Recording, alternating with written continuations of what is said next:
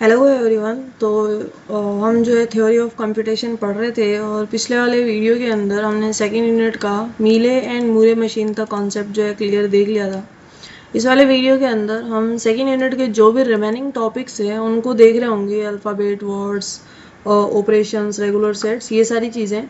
तो हम स्टार्ट करते हैं अल्फ़ाबेट से। वैसे तो हम इन सारी टर्मिनोलॉजी से पहले ही रूबरू हो चुके हैं फर्स्ट वाले पार्ट के अंदर, बट यहाँ पर हम थोड़ा सा डिटेल के अंदर देख रहे होंगे ताकि इन फ्यूचर आने वाले लेसन्स के अंदर हम जो है अच्छे से चीज़ों को ग्रैब कर पाएँ, समझ पाएँ। ठीक है, तो देखो सबसे पहले क्या है कि अल्फ़ाबेट्स होता है क्या, अल्फ़ाबेट्स कहते हैं किसको है।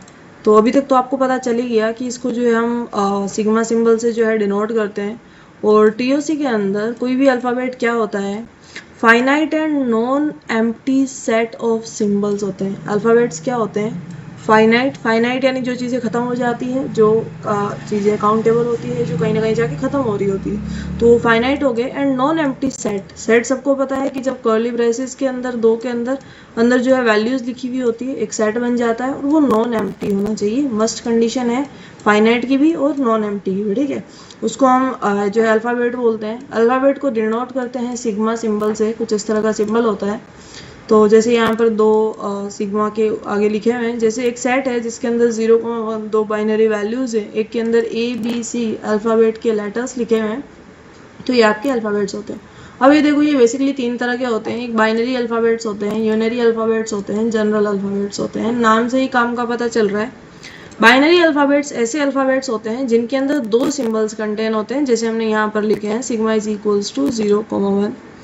यूनरी अल्फ़ाबेट्स ऐसे होते हैं जिनके अंदर एक ही सिंबल होता है। आप sigma is equals to A लिख दो, आप sigma is equals to normal 0 लिख दो, 1 लिख दो, b लिख दो, x लिख दो, कुछ भी। जब एक ही सिंबल एग्जिस्ट कर रहा होता है सेट के अंदर, वो यूनरी टाइप ऑफ अल्फ़ाबेट होता है। नेक्स्ट आता है जनरल अल्फ़ाबेट। जनरल अल्फ़ाबेट कब बोलते हैं, जब उस सेट के अंदर मल्टीपल सिंबल्स होते हैं। फॉर एग्जांपल नीचे एक सेट लिखा हुआ है sigma is equals to ABCD, इसके अंदर क्या है, मल्टीपल सिंबल्स है, तो इस तरह के को हम जो है जनरल अल्फ़ाबेट बोलते हैं।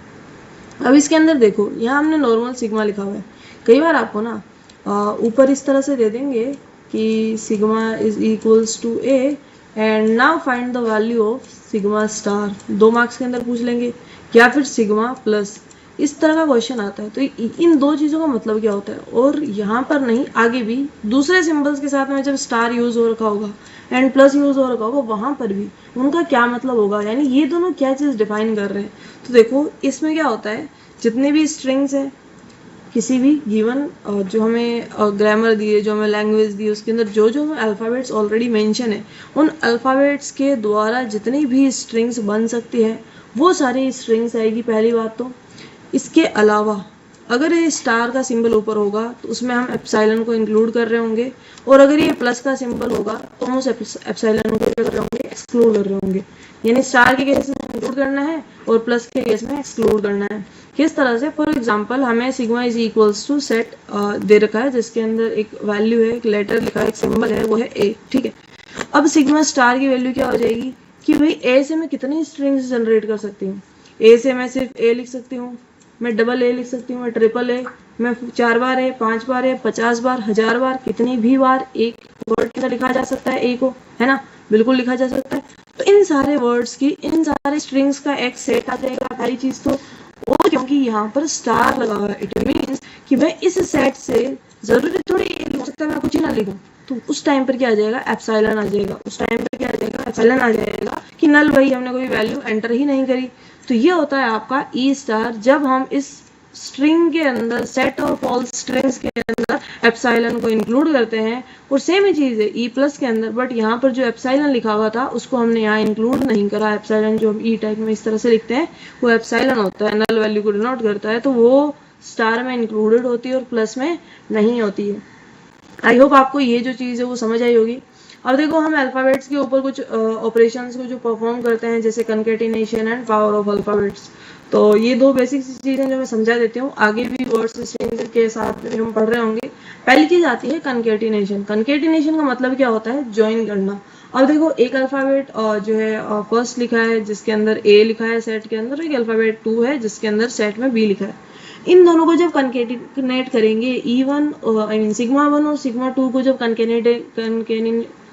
कनकेटिनेट करेंगे तो दोनों को ज्वाइन करके कुछ इस तरह से लिख देंगे। कनकेटिनेशन का मतलब होता है हम बीच के अंदर डॉट लगा देते हैं और जो दोनों वैल्यूज होती हैं वो एक दूसरे के आसपास में लिख देते हैं तो वो ज्वाइन हो जाता है। तो यहाँ पर हमने इसके अंदर जो अल्फाबेट सिंबल था वो यहाँ लिख दिया और यहाँ पर जो सिंबल था वो इसके पास में लिख दिया, दोनों का एक ज्वाइन करके सेट बना दिया। दैट्स इट, ये होता है आपका कनकेटिनेशन। इस तरह से किया जाता है। पावर ऑफ अल्फाबेट्स की अगर बात करें तो देखो पावर ऑफ अल्फाबेट्स क्या होता है, लेंथ होती है उस अल्फाबेट की, ठीक है, स्ट्रिंग की। अब जैसे अगर मेरे पास में सिग्मा स्क्वायर लिख दिया तो इट मीन्स कि वो सारी स्ट्रिंग्स जिनकी लेंथ क्या होगी 2 होगी वो सिग्मा स्क्वायर के अंदर इंक्लूडेड होगी।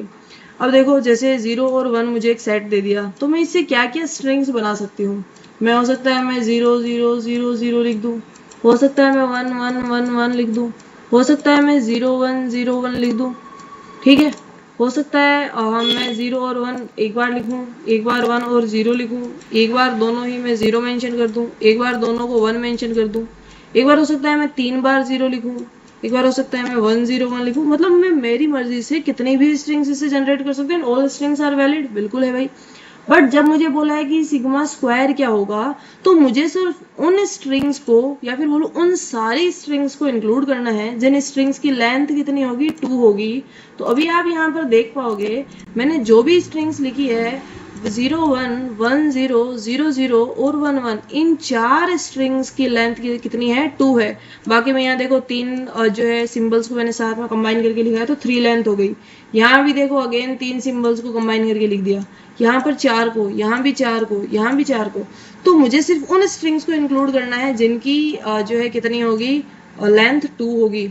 अगर यहीं पर मुझे बोला होता कि वो सारी स्ट्रिंग्स को इंक्लूड करो जिनकी जो लेंथ है वो कितनी है कि भाई लेंथ उनकी 3 है, तो इस वाले केस में क्या कर रहे होते हम 0 और 1 से ऐसे कॉम्बिनेशंस बना रहे होते जिनके अंदर हम 3 टाइम्स जो इन डिजिट्स को ले रहे होते। That's it. तो आई होप आपको ये लेंथ वाला कॉन्सेप्ट समझ आया होगा। नेक्स्ट जो टॉपिक आता है वो आता है वर्ड्स। हमने यहाँ पर देखो अल्फाबेट्स को कवर कर लिया। नेक्स्ट अपन वर्ड्स देख लेते हैं। तो टीओसी के अंदर कोई भी वर्ड स्ट्रिंग का ही दूसरा नाम होता है। पहली चीज इतनी देर से हम स्ट्रिंग्स देख रहे हैं तो समझ भी आ गया होता है क्या है। तो ये क्या होता है, a finite sequence of symbols taken from alphabets. जो भी अल्फाबेट होते हैं उनके अंदर से हम एक फाइनाइट सीक्वेंस ले लेते हैं सिंबल्स का और उसी सीक्वेंस को स्ट्रिंग बोला जाता है। जैसे हमने यहाँ पर 0 0 एक सीक्वेंस लिया, ये एक वर्ड है, ये एक वर्ड है, 1 0 एक वर्ड है, 1 1 आपका एक वर्ड है, ठीक है। तो ये आपको समझ आ गया होगा। इसको दूसरी तरीके से कुछ ऐसे डिफाइन कर सकते हो। तो नोटेशन जो है वर्ड को इन जनरल हम स्मॉल w से लिखते हैं। कई बार आप x, कहीं पर आप y से भी उसको लिखा हुआ देख पाओगे। अब देखो अगर sigma is equals to set of a and b है तो इससे वैलिड वर्ड्स हम क्या बना सकते हैं। सबसे पहला कि हो सकता है मैं सिंगल a को ले लूँ, मैं सिंगल b को ले लूँ, मैं a और b को साथ में लूँ। किसी का मन करेगा नहीं भाई मैं इन दोनों को साथ में तो ले रहा हूँ बट पहले मैं बी को लिख देता हूँ बाद में ए को लिख देता हूँ। बिल्कुल लिख सकते हो, वो भी एक वर्ड है, वो भी एक स्ट्रिंग है। कोई अगर 2 बार ए को लिख लेता हूँ, कोई बोलेगा मैंने ए को तो 2 बार लिख लिया, मैं बी को भी 2 बार लिख लेता हूँ, बी को बोलेगा कोई 10 बार लिख लेता हूँ, ए को भी 10 बार लिख लेता हूँ। तो ये सारी की सारी स्ट्रिंग्स कैसी हैं, वैलिड स्ट्रिंग्स है। ये सारे के सारे वर्ड्स कैसे हैं, वैलिड वर्ड्स है। आप बिल्कुल यहाँ से इस तरह के वर्ड्स क्रिएट कर सकते हैं। तो ये वर्ड्स हो गए। अब नेक्स्ट आता है लेंथ ऑफ वर्ड। तो पहली चीज तो लेंथ ऑफ वर्ड या फिर लेंथ ऑफ स्ट्रिंग को डिनोट करने का सिंबल कुछ ये होता है, अंदर स्मॉल w लिखकर बाहर जो है अपन मोड का सिंबल लगा देते हैं, that is symbol of length of string. अब हम किसी भी स्ट्रिंग की जो लेंथ फाइंड करते हैं से वो कैसे होती है। तो देखो जो भी हमें वर्ड दिया होता है, जैसे यहाँ पर है w is equals to a b b a। अब उस स्ट्रिंग की, इस वर्ड की क्या लेंथ होगी, इसकी उतनी ही लेंथ होगी जितने इसके अंदर सिंबल्स इंक्लूडेड होंगे। तो मेरे पास एक सिंबल इंक्लूडेड है a, एक इंक्लूडेड है b, एक और b, एक और a। तो टोटल कितने सिंबल्स इंक्लूडेड है, 4 इंक्लूडेड है। तो लेंथ ऑफ w क्या हो गई, 4 हो गई। फॉर एग्जाम्पल मैं इसे w1 कंसिडर कर लूँ, इसे मैं w2 कंसिडर कर लूँ और इसे मैं w3 थर्ड वर्ड कंसिडर कर लूँ। तो ये w1 की लेंथ कितनी हो गई, 4 हो गई। इस w2 की लेंथ कितनी हो गई, यहाँ पर देखो मेरे पास सिर्फ एक सिंगल इंक्लूडेड है a, तो इसकी लेंथ हो गई 1। अब यहाँ पर है एप्सिलॉन। एप्सिलॉन का मतलब है कि जब मुझे गिवन अल्फाबेट्स के अंदर से मैंने किसी भी वर्ड को लेकर, किसी भी सिंबल या कैरेक्टर को लेकर मैंने कोई स्ट्रिंग नहीं बनाई, यानी मैंने कोई यहाँ से इनपुट नहीं लिया, तो वहां पर उस केस में क्या आता है, एप्सिलॉन आता है। जब हम इनपुट को नहीं लेते हैं, उसे हम एम्प्टी वर्ड बोल सकते हैं, नल वैल्यू बोल सकते हैं, एम्प्टी वर्ड हो गया, एप्सिलॉन हो गया। तो उसकी वैल्यू जीरो नहीं होती है, बट उसकी लेंथ जो होती है वो जीरो ही होती है, क्योंकि हमने कोई वहां से वैल्यू तो उठाई नहीं। ठीक है, हमने नल लिया है उस केस में, कोई ना ए लिया ना बी लिया, तो उसकी लेंथ जीरो हो जाएगी, बट उसकी खुद की जो वैल्यू है वो कभी जीरो नहीं होगी। ये चीज ध्यान रखना। और हम एप्सिलॉन को कहाँ पर इंक्लूड करते हैं, जब हम सेट ऑफ स्ट्रिंग्स लेते हैं और ई स्टार लगा हुआ होता है, तो उस केस के अंदर हम एप्सिलॉन को इंक्लूड कर रहे होते हैं। और अगर ई प्लस होता है तो हम इसको क्या कर देते हैं, एक्सक्लूड कर देते हैं। बाकी जितने भी नंबर ऑफ स्ट्रिंग्स होते हैं उन सबका हम सेट यहाँ पर ले लेते हैं। ठीक है, आई होप आपको यहाँ पर चीजें समझ आई होगी। अब जैसे हमने अल्फाबेट्स के टाइप पढ़े और वर्ड्स के भी टाइप होते हैं। एक फाइनाइट वर्ड्स हो गए, एम्प्टी वर्ड्स हो गए, आप इनफाइनाइट वर्ड्स भी ले सकते हैं कि भाई मैं ए 0 और 1 से कितने भी कॉम्बिनेशन बना सकते हैं, 0 1 1 0 1 1 1 1 1 0 0 0, हम कितने बार लिख सकते हैं, बिल्कुल लिख सकते हैं। फाइनाइट वर्ड कौन से हो गए, contains limited number of symbols, ऐसे वर्ड्स जिनके अंदर लिमिटेड नंबर ऑफ सिंबल्स होते हैं, जैसे 101 ABC। एम्प्टी वर्ड्स बात की करें जब उसके अंदर कोई सिंबल ही नहीं होते हैं, जैसे अपना नॉर्मल एप्सिलॉन हो गया। एप्सिलॉन की लेंथ कितनी होती है, हमेशा याद रखना 0। ये क्या होती है, लेंथ ऑफ एप्सिलॉन होती है 0। कभी भी पूछ ले कि क्या E इक्वल्स टू 0 होता है, क्या इस नल सिंबल की वैल्यू क्या 0 होती है क्या, तो नहीं, इसकी वैल्यू 0 नहीं होती, इसकी लेंथ 0 होती है। ओके, ऑपरेशंस इसके अंदर भी सेम वही ऑपरेशन। पहली चीज हो गई कंकैटिनेशन, कि भाई दो वर्ड्स को ज्वाइन करना। फॉर एग्जांपल एक वर्ड W1 दे दिया अपने को AB, एक वर्ड W2 दे दिया हम उनको BA। जब इन दोनों को कंकैटिनेट करेंगे तो दोनों वर्ड आस पास में लिखने हैं, मतलब कंप्लीटली एंड ज्वाइन कर देना है, एंड टू एंड। मतलब कोई भी उसके अंदर जो ऐसा अल्फाबेट या ऐसा सिंबल नहीं होना चाहिए जिसको हम मिस कर रहे हैं, पूरा एग्जैक्ट लिखना है। तो देखो पहले अपने पास W1 है, तो W1 के अंदर जो जो कैरेक्टर्स लिखे हुए हैं, जो जो अल्फाबेट्स लिखे हुए हैं, हमने पहले लिख दिए A और B। फिर अपने पास BA लिखा हुआ है, तो हमने इसके जस्ट बाद में यहाँ कंकेटिनेट करके जोड़कर लिख दिए ABBA। ठीक है, तो इसी तरह से कंकेटिनेशन होता है दो वर्ड्स का। अब पावर ऑफ वर्ड सेम वही जो हमने अभी अल्फाबेट्स के अंदर पढ़ा। रिपीटिंग ऑफ वर्ड, कि जितना उसके ऊपर पावर लगी हुई है, 2 लगी हुई है, 3 लगी हुई है, जितनी लगी हुई है उतनी बार उन वर्ड्स को रिपीट करना है। जैसे नॉर्मल एक वर्ड दिया है हमें AB, फिर बोला है इस वर्ड का स्क्वायर निकालो भाई, इसकी पावर W2 निकालो। तो ये क्या होगा कि भाई हमें AB को इसी के साथ में दो और बार मतलब इस AB को 2 बार कंकेटिनेट करना है। इट मीन्स कि मैंने एक बार AB लिख दिया, देन डॉट का सिंबल आ गया, देन 2 बार AB लिख दिया, दूसरी बार AB लिख दिया। इसी तरह से मुझे बोला है W की पावर 3, तो मैंने एक बार AB लिख दिया, दूसरी बार भी AB लिख दिया, और इसके साथ में कंकेटिनेट करके एक और बार AB लिख दिया। मुझे WN बोला है, तो इसी तरह से N टाइम्स AB आसपास में मुझे लिखने रहेंगे। तो अब इस वाले केस के अंदर देखो, हमने यहाँ पर जो है W2 के अंदर एक बार AB लिख दिया, 2 बार AB लिख दिया। जैसे ही हम तीसरी बार लिखेंगे वो क्या हो जाएगा, गलत हो जाएगा।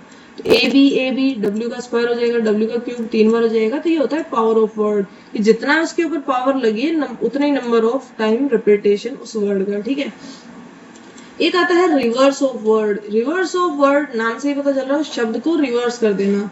अब देखो ध्यान से देखते हैं हम कि कैसे जो है ये चीज काम कर रही है। ऊपर एक वर्ड लिखा हुआ है ABC, ठीक है, इसका जब रिवर्स लिखेंगे तो कैसे लिखेंगे, W के ऊपर पावर लगा देंगे कैपिटल R, वो हो जाएगा reverse of this given word. तो अब यहाँ पर इसका ऑर्डर देखो ABC, लेफ्ट टू राइट हमें ऑर्डर देखना है। जब रिवर्स करेंगे तो इस लेफ्ट टू राइट ऑर्डर को चेंज करके ये राइट टू लेफ्ट देखते चले जाना है। सबसे पहले क्या आ रहा है, E आ रहा है, वो हमने यहाँ लिख दिया। फिर आ रहा है B, वो हमने यहाँ लिख दिया।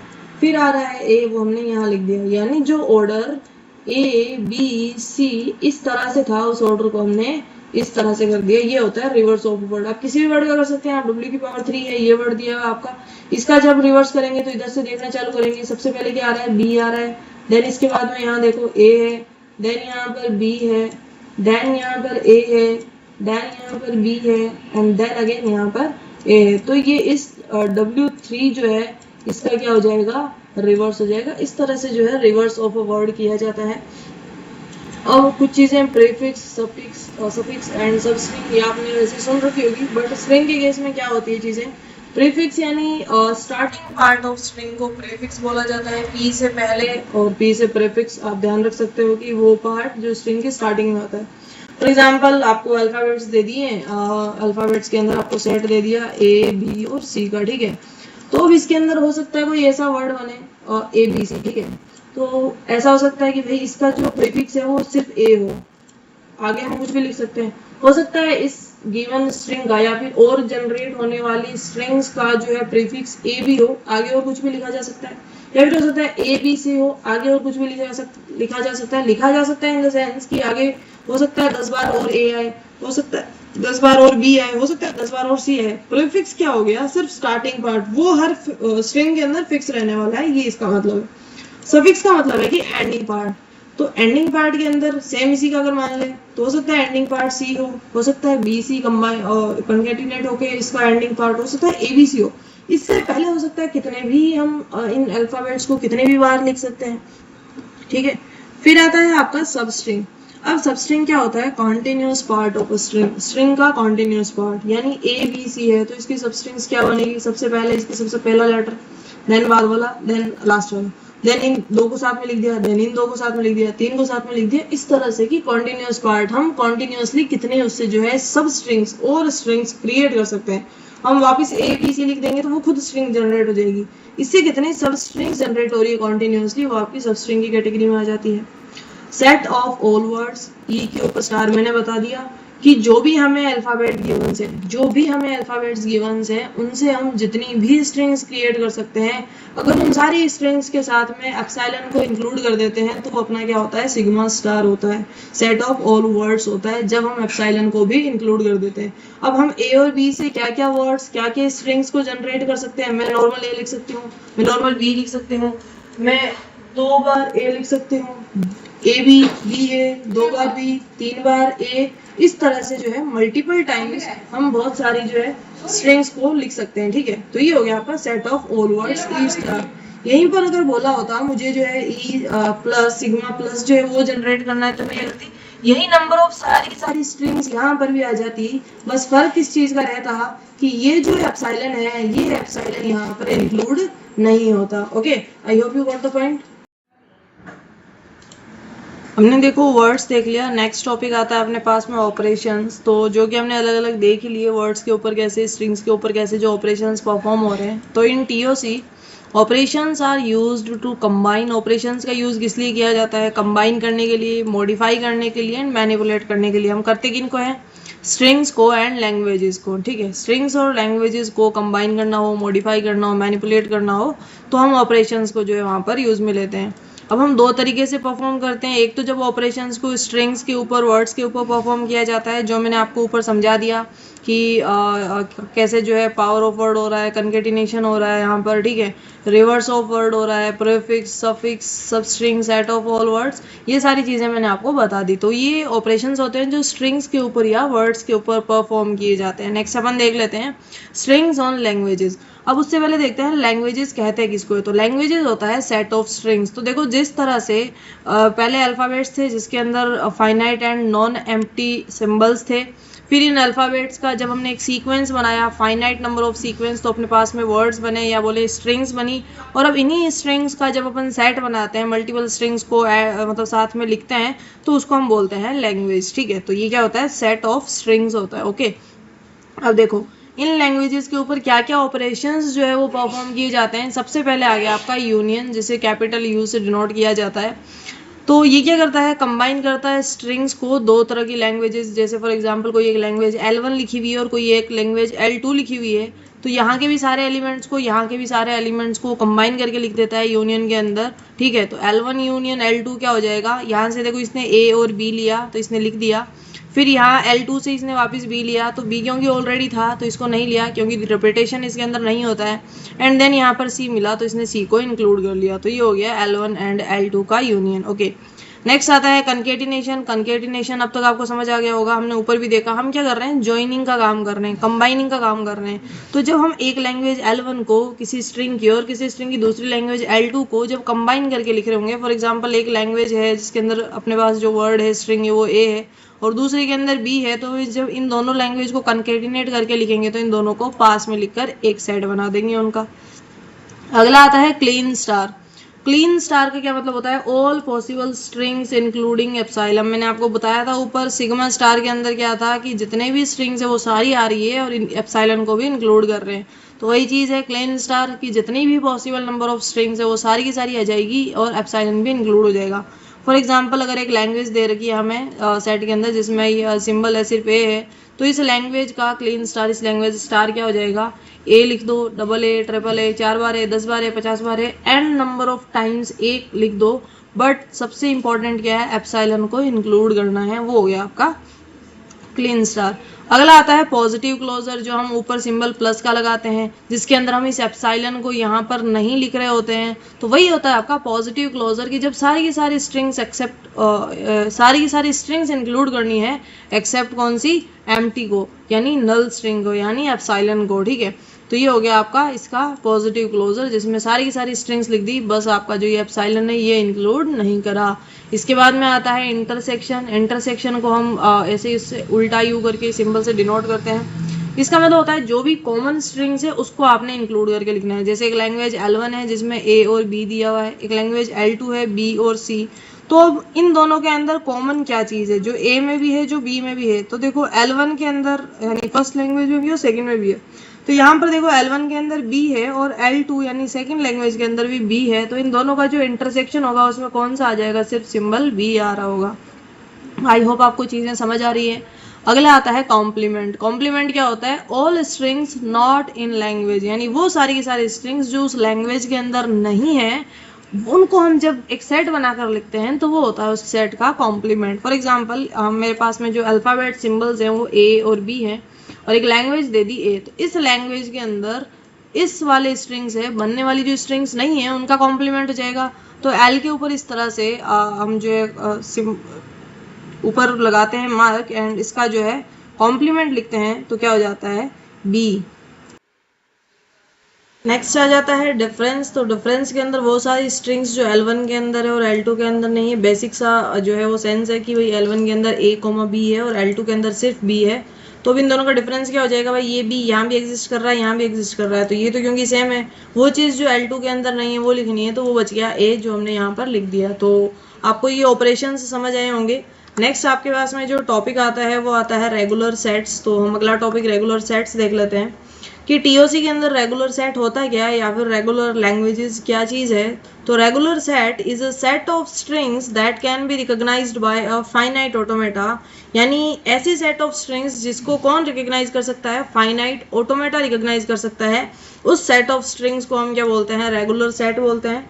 इसको कुछ इस तरह से भी आप डिफाइन कर सकते हैं और एक इस तरह से भी डिफाइन कर सकते हैं कि एक लैंग्वेज है जिसे हम रेगुलर तब बोलेंगे जब उसे रिप्रेजेंट कर दिया जाएगा बाय DFA एंड NFA। कि हमने फाइनाइट ऑटोमेटा देखा, फाइनाइट ऑटोमेटा के दो टाइप्स होते हैं, DFA एंड NFA। DFA होता है डिटर्मिनिस्टिक फाइनाइट ऑटोमेटा, NFA होता है नॉन डिटर्मिनिस्टिक फाइनाइट ऑटोमेटा। तो हम जब किसी भी लैंग्वेज को अगर रिप्रेजेंट कर पाए DFA NFA के द्वारा तो उस लैंग्वेज को रेगुलर बोला जाएगा, और it express using regular expression, या फिर उस लैंग्वेज को जब हम एक्सप्रेस कर पाते हैं रेगुलर एक्सप्रेशन का यूज करके तब उस लैंग्वेज को रेगुलर बोला जाएगा। अब देखो कितने नंबर ऑफ वेज होते हैं इनको रिप्रेजेंट करने के। तो सबसे पहले तो हमने बात कर ली DFA NFA के अंदर जब रिप्रेजेंट किया जाएगा तब जब हम उसको क्या बोलेंगे, रेगुलर लैंग्वेज या रेगुलर सेट बोल रहे होंगे। तो फाइनाइट ऑटोमेटा के अंदर जो DFA और NFA के अंदर जो रिप्रेजेंट करने का तरीका है रेगुलर सेट को, वो क्या करता है, उसमें जो मशीन होती है वो या तो स्ट्रिंग को एक्सेप्ट करती है या फिर उसको जो है रिजेक्ट कर रही होती है। तो जब उसे एक्सेप्ट कर लेती है तो ये एक वे हो गया उसको रिप्रेजेंट करने का। दूसरा होता है रेगुलर एक्सप्रेशन के द्वारा भी रेगुलर सेट्स को रिप्रेजेंट किया जाता है। तो इस केस के अंदर क्या होता है, ये पैटर्न्स को डिस्क्राइब करता है स्ट्रिंग्स की, और रेगुलर ग्रामर के केस के अंदर क्या होता है, नई स्ट्रिंग्स को जनरेट करने का काम करता है। ऐसी ग्रामर होती है यहाँ जो स्ट्रिंग्स को जनरेट करती है। हम चाहे इन तीनों में से किसी भी वे के अंदर इनको रिप्रेजेंट करें। फिलहाल के लिए आपको थ्योरेटिकल पार्ट समझना है, आगे रिप्रेजेंटेशन जब आएगा थोड़ा डिटेल के अंदर टॉपिक्स, तो वहां पर हमने देखा भी है कि किस तरह से रिप्रेजेंट जो हो रहा है। ठीक है, तो अब तीनों ही तरीके से रिप्रेजेंटेशन का जो तरीका है वो इक्विवेलेंट इन पावर होता है, पावर इनकी जो है सेम होती है। तो देखो नेक्स्ट आता है नॉन रेगुलर सेट। तो इन दोनों के बीच एक बेसिक सा डिफरेंस समझना कि आपको देखकर कैसे पता चल रहा होगा कि कौन सा जो है रेगुलर सेट है और कौन सा जो है नॉन रेगुलर सेट है। तो अब यहाँ ध्यान से देखो, एक लैंग्वेज दी हुई है जिसके अंदर बोला है सेट ऑफ 0 की power n and followed by 1 की पावर n, जहाँ पर n की वैल्यू greater than and equals to 0 होगी। तो हम इससे क्या क्या स्ट्रिंग्स बना सकते हैं भाई, 0 1 लिख सकते हैं, 2 बार 0 2 बार 1 लिख सकते हैं। यानी अगर n टाइम्स 0 है तो n टाइम्स क्या होने चाहिए, 1 भी होने चाहिए। यानी यहाँ पर किसकी जरूरत पड़ रही है, काउंटिंग की जरूरत पड़ रही है। हम पहले चेक करेंगे, हम पहले काउंटिंग करेंगे कि भाई कितने जो है वहाँ 0 एग्जिस्ट कर रहे हैं, देन हम काउंट करेंगे 1 को कि कितने 1 एग्जिस्ट कर रहे हैं, देन हम चेक करेंगे कि ये जितने 0 थे उतने ही 1 है। अगर उतने ही 1 है तो हम बोल रहे होंगे कि भाई हाँ ये लैंग्वेज जो है एक्सेप्ट हो जाएगी स्ट्रिंग के द्वारा। बट ये इस चीज़ को फाइनाइट ऑटोमेटा हैंडल नहीं कर पाएगा, इसके लिए मेमोरी की ज़रूरत पड़ेगी। इसी वजह से इसे क्या बोलते हैं, नॉन रेगुलर सेट बोलते हैं। वहीं पर अगर रेगुलर सेट की लैंग्वेजेस की बात करो तो जैसे यहाँ पर एक हमें अल्फ़ाबेट सीक्वेंस दे रखा है जो है 0,1, तो इससे हम पहली लैंग्वेज ऐसी बनाएंगे कि वो सारी स्ट्रिंग्स इंक्लूड करनी है जो एंड हो रही है 1 के साथ में। तो यहाँ पर हम एक सेट बना सकते हैं, मैं सिर्फ 1 लिख सकती हूँ, मैं 0 1 लिख सकती हूँ, मैं 0 0 1 लिख सकती हूँ, मैं 1 1 1 लिख सकती हूँ। यानी मैं वो सारी स्ट्रिंग्स जिसके एंड के अंदर क्या आ रहा है 1 आ रहा है, एंड के अंदर क्या आ रहा है 1 आ रहा है, वो सारी स्ट्रिंग्स यहाँ पर क्या होगी, वैलिड होगी। तो यहाँ पर डीएफए एग्जिस्ट कर रहा है, क्यों कर रहा है, क्योंकि इसके अंदर हमें काउंटिंग करने की जरूरत नहीं पड़ रही। हमें 0 एक बार आ रहा है तो भी ठीक है, 50 बार आ रहा है तो भी ठीक है, और नहीं आ रहा है तब भी ठीक है, हमें जरूरत ही नहीं है। हम यहाँ पे क्या चेक करना है, सिर्फ इतनी सी बात चेक करनी कि क्या वो स्ट्रिंग एंड 1 के साथ हो रही है, क्या लास्ट के अंदर उसके 1 आ रहा है। अब देखो भाई ये अब किस तरह से उससे हम ड्रॉ कर रहे होंगे। फॉर एग्जांपल हम इनिशियली जो इसको स्टार्ट कर रहे हैं क्यू नोट से, ठीक है, और यहाँ पर मान लो हो सकता है 0 आए और 1 आए, 1 आए तो हमें क्या कर देना है, नेक्स्ट वाली जो आपकी स्टेट है उसके ऊपर क्या पहुंचा देना है, ठीक है। अब यहाँ पर अगर वापस और 1 आते ही ये क्या कर देगा, इसको एक्सेप्ट भी कर देगा, लेकिन कब करेगा, जब फाइनल स्टेट तक 1 आ रहा होगा, ठीक है। अब इसके अंदर देखो वापस अगर 0 आ जाता है तो ये क्या कर देगा, यहाँ पर पहुंचा देगा क्यू नोट स्टेट के ऊपर। तो जब भी फॉर एग्जाम्पल हमने एक स्ट्रिंग ली 0 1 1, तो या फिर इस तरह से ये स्ट्रिंग ले लो, सबसे पहले 0 आया तो इसने क्या करा, क्यू नोट जहाँ से स्टार्ट हुआ उसने खुद ही के ऊपर उसको क्या कर लिया, रोटेट कर लिया, ठीक है। फिर इसके बाद में इसके पास 1 आया तो 1 आया तो इसने पहुंचा दिया Q2 स्टेट के ऊपर, हम फाइनल पर पहुंच गए। बट अभी अपना ऑटोमेटा इसको जो है फाइनाइट ऑटोमेटा ने एक्सेप्ट थोड़ी करा स्ट्रिंग को, क्योंकि अभी तो और 3 सिंबल्स बाकी बचे हुए हैं। फिर से 1 आया, अब हम इस 1 का लूप यहाँ पर चला देंगे, भाई 1 का लूप चल गया Q2 पर तो इसने यहीं पर वापस ले लिया। अब 0 आया तो 0 वापस इसको कहाँ भेज दिया, Q2 के ऊपर भेज दिया, और Q2 पर 1 आया तो इस वाले एज के थ्रू, इस वाले ट्रांजिशन के थ्रू ये कहाँ पर आ जाएगा, Q2 पर आ जाएगा और फाइनल स्टेज पर आ गया। इट मीन्स कि ये जो एक्सेप्ट हो जाएगा। तो यहाँ पर हमें किसी मेमोरी की जरूरत नहीं पड़ी, यहाँ पर हमें किसी काउंटिंग की जरूरत नहीं पड़ी। तो ये कैसा है, डीएफए है, डिटर्मिनिस्टिक फाइनाइट ऑटोमेटा है, ये रेगुलर सेट है, ठीक है। इसी तरह से एक लैंग्वेज है ए की पावर n, तो कितने भी नंबर ऑफ एज हो सकते हैं, या फिर हो सकता है ए हो ही ना, स्ट्रिंग के अंदर एप्सिलॉन इंक्लूड है भाई इसके अंदर, ठीक है, क्योंकि ए स्टार जब एप्सिलॉन इंक्लूड हो बिना ट्रांजिशन के, जब चीजें एक्सेप्ट हो रही हो, ठीक है। तो अब यहाँ पर देखो ये सारी स्ट्रिंग्स है, इसके अंदर भी हमें किसी काउंटिंग की जरूरत नहीं है, हमें नहीं काउंट करना है कि ए 50 बार आया है, 1000 बार आया है। हमें सिर्फ क्या चीज चेक करनी है कि ए की पावर n है, वहां पर n क्या है, ग्रेटर देन और इक्वल टू 0 है, जिसमें लैंग्वेज क्या दी इन्होंने, लैंग्वेज ये दी है कि स्ट्रिंग्स कंटेनिंग ए बी। हमें उस लैंग्वेज में सिर्फ ये चेक करना है कि क्या स्ट्रिंग के अंदर ए और बी है। मतलब मैंने एक फिक्स कर दिया ए बी, और इसके में आगे कितने भी ए बी बी या फिर सिंगल ए या सिंगल बी या multiple times of A B लिखूं, और स्टार्टिंग के अंदर कितने भी multiple times of A B लिखूं, यानी ए लिखूं या फिर बी लिखूं, और दोनों का किसी भी तरह से सीक्वेंस कर सकती हूँ तो इसका स्टार लिख सकते हैं। सेम चीज यहाँ पर a प्लस बी इस तरह से होल का स्टार, ठीक है। तो जैसे ही उस लैंग्वेज को मशीन के अंदर रन करवा रहे होंगे, वो मशीन जब एक्सेप्ट करेगी तो वो चेक करेगी कि क्या उसके अंदर ए बी आ रहा है। वो बाकी चीज़ें वो नहीं देख रही है, कितनी भी चीज़ें आ सकती है, जब ए बी आएगा तो उस चीज़ को क्या कर लेगी, इजीली एक्सेप्ट कर लेगी। तो यहाँ भी काउंटिंग की जरूरत नहीं पड़ रही। तो बेसिक सा डिफरेंस रेगुलर सेट और नॉन रेगुलर के बीच में, आई होप आपको समझ आया होगा कि नॉन रेगुलर सेट के अंदर काउंटिंग की जरूरत है, मेमोरी की जरूरत है, हमें देखना पड़ रहा है कि क्या जितने जीरोज है उतने ही 1 एग्जिस्ट कर रहे हैं क्या। तो आई होप आपको ये जो कॉन्सेप्ट है वो समझ आ गया होगा। नेक्स्ट आता है closure properties of regular set, जो आगे डिटेल के अंदर है, फिलहाल के लिए देख लो। यूनियन होती है जब हम 2 सेट का यूनियन करते हैं, कंकेटिनेशन जब ज्वाइनिंग होता है, इंटरसेक्शन जब उनके अंदर से कॉमन हम वहाँ पर लिख रहे होते हैं, क्लीन स्टार, किसी भी लैंग्वेज का क्लीन स्टार क्या होगा, उसके अंदर जितनी नंबर ऑफ पॉसिबल स्ट्रिंग्स होगी वो सारी तो होगी होगी, उसके अलावा एप्सिलॉन भी यहाँ पर इंक्लूड होगा, कॉम्प्लीमेंट हो गया, डिफरेंस हो गया, ठीक है। तो L1, और एक चीज ध्यान रखना कि अगर L1 एंड L2 रेगुलर है ना, तो जो इनका रिजल्ट आ रहा होगा, हम कोई सी भी प्रॉपर्टी लगा दें, यूनियन लगा दें, हम कंकेटिनेट कर दें, उसको इंटरसेक्शन निकाल लें, जो भी रिजल्ट आएगा ना वो भी कैसा होगा, रेगुलर होगा। ये चीज ध्यान रखना। अब देखो रेगुलर सेट्स की प्रॉपर्टीज होती है कि भाई जो फाइनाइट ऑटोमेटा है वो इन्हें रिकॉग्नाइज कर सकता है, इसके अंदर रेगुलर एक्सप्रेशंस को यूज करके इसको डिस्क्राइब किया जाता है, डो नॉट रिक्वायर मेमोरी, इनके अंदर मेमोरी की जरूरत नहीं होती है, एंड क्लोज्ड अंडर ऑपरेशंस। और ये जितने ऑपरेशंस मैंने बताए union, Kleene star, complement, difference, intersection and concatenation, इन सब के अंडर में ये क्लोजर होती है। क्लोजर क्या होता है आगे हम थोड़ा फर्दर डिटेल के अंदर डीप में पढ़ रहे होंगे, ठीक है। अब रिलेशनशिप क्या होता है फाइनाइट ऑटोमेटा और रेगुलर एक्सप्रेशन के बीच में।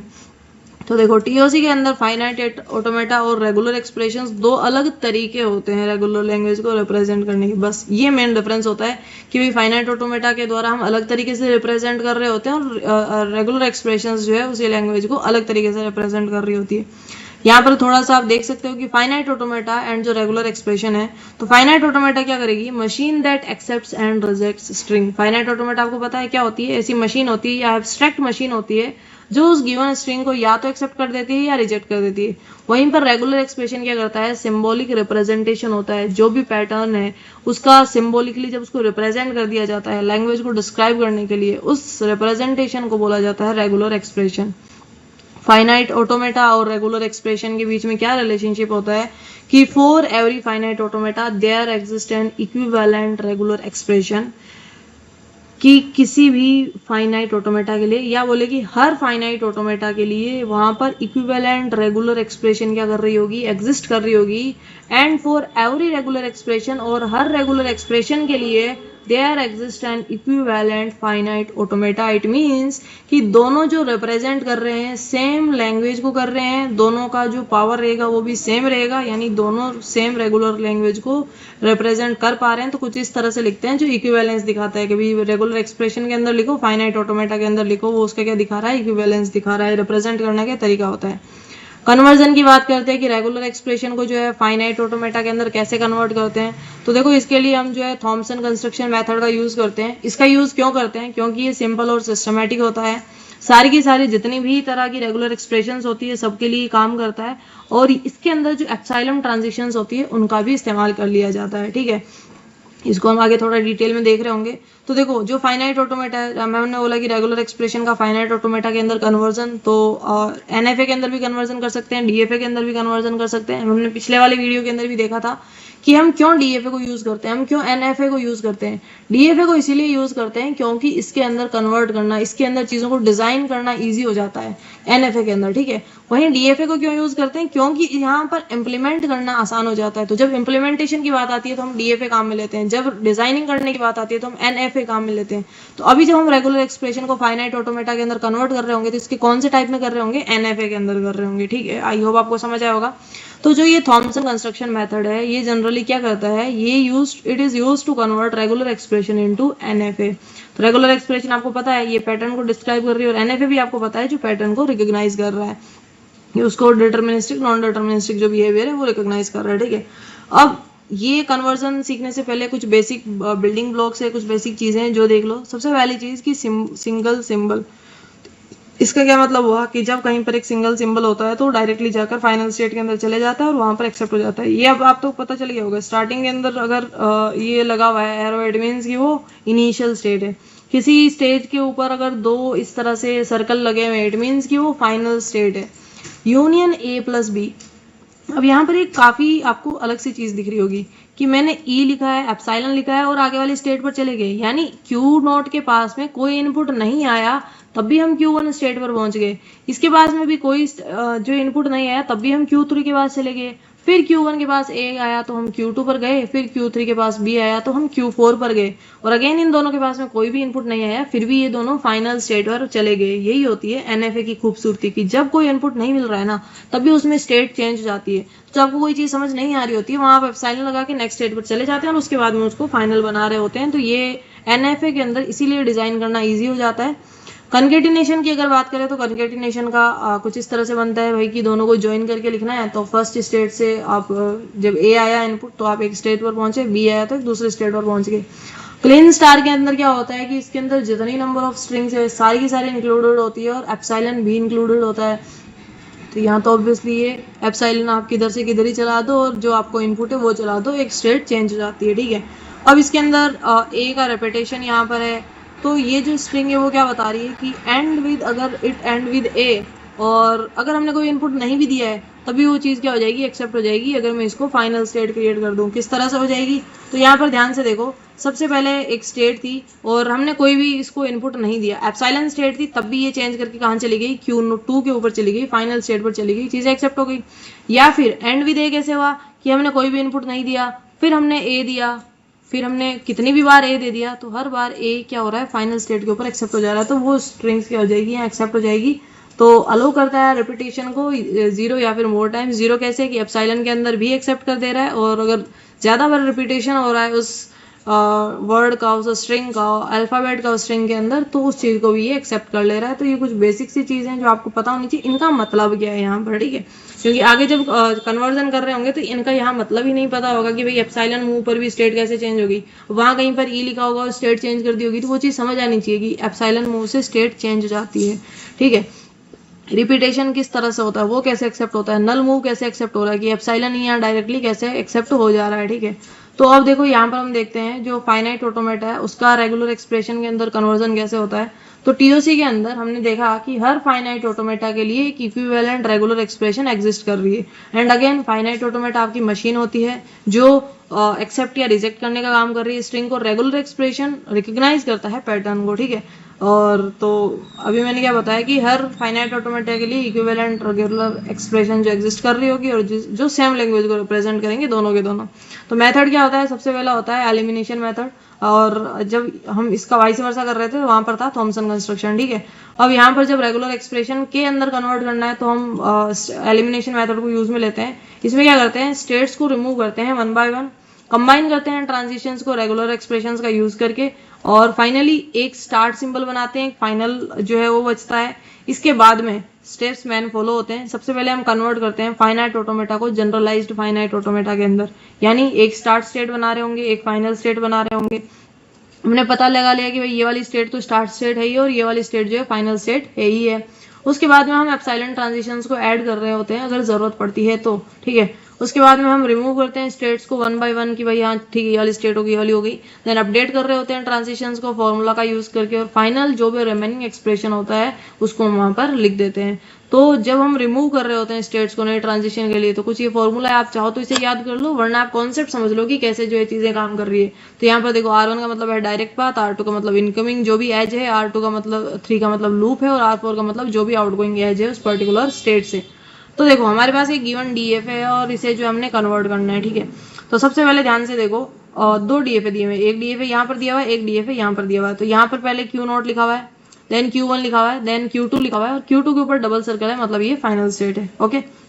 देन डीएफ विद लूप दिया हुआ है, तो यहाँ पर पहले Q0 है, Q0 के ऊपर कितनी भी n number of times a आ सकता है वो यहाँ पर है, देन b है, देन Q1 के ऊपर फाइनल एक्सेप्ट हो रहा है। अब आपको ये जो गिवन ट्रांजिशन डायग्राम है इसे देखकर रेगुलर एक्सप्रेशन क्रिएट करनी है। रेगुलर एक्सप्रेशन क्या होता है कि जो भी जैसा काम हो रहा है उसका पैटर्न रिकग्नाइज करके उस पैटर्न को लिखना है कि भाई हो क्या रहा है। तो देखो अगर आप इस पहले वाली स्ट्रिंग को ध्यान से देखो तो यहाँ पर क्या चीज हो रही है, पहले जो है मशीन स्टार्ट होती है तो ये इनिशियल स्टेट हो गई Q0। अब यहाँ पर हमने ए दिया, ठीक है भाई ए दे दिया, तो हमारी स्टेट चेंज हो गई, हम पहुंच गए Q1 के ऊपर। अब Q1 के ऊपर ए नहीं है इनपुट, इसके पास कौन सा इनपुट है, बी है, और हमने जैसे ही इनपुट बी दिया तो ये कहाँ पहुंच गई, Q2 के ऊपर पहुंच गई। बी दिया इनपुट दे दिया भाई, Q2 पर पहुंच गई, Q2 पर अब फाइनल स्टेट आ गई। अब यहाँ पर और कोई इनपुट नहीं है, ना इसके ऊपर अगर ए का लूप बन रहा है, ना बी का बन रहा है, ना आगे कहीं स्टेट चेंज हो रही है। तो यहाँ पर अपनी क्या हो रही है, स्ट्रिंग ये जो गिवन डीएफ है वो खत्म हो जा रहा है। डिटरमिनिस्टिक फाइनाइट ऑटोमेटा मशीन जो है क्या कर रही है, काम करना रुक जा रही है। तो इसकी रेगुलर एक्सप्रेशन क्या बनेगी, ए भी बन गई भाई कि भाई पहले ए आया, देन बी आया, देन एक्सेप्ट हो गया, स्ट्रिंग मशीन का काम खत्म हो गया, चीजें एक्सेप्ट हो गई, इतना ही है। तो ये हो गई इस वाले डायग्राम के लिए रेगुलर एक्सप्रेशन। दूसरे वाले का देख लो कि भाई पहला ये बोल रहा है कि Q0 है और Q0 के ऊपर किसका लूप बन रहा है, ए का लूप बन रहा है।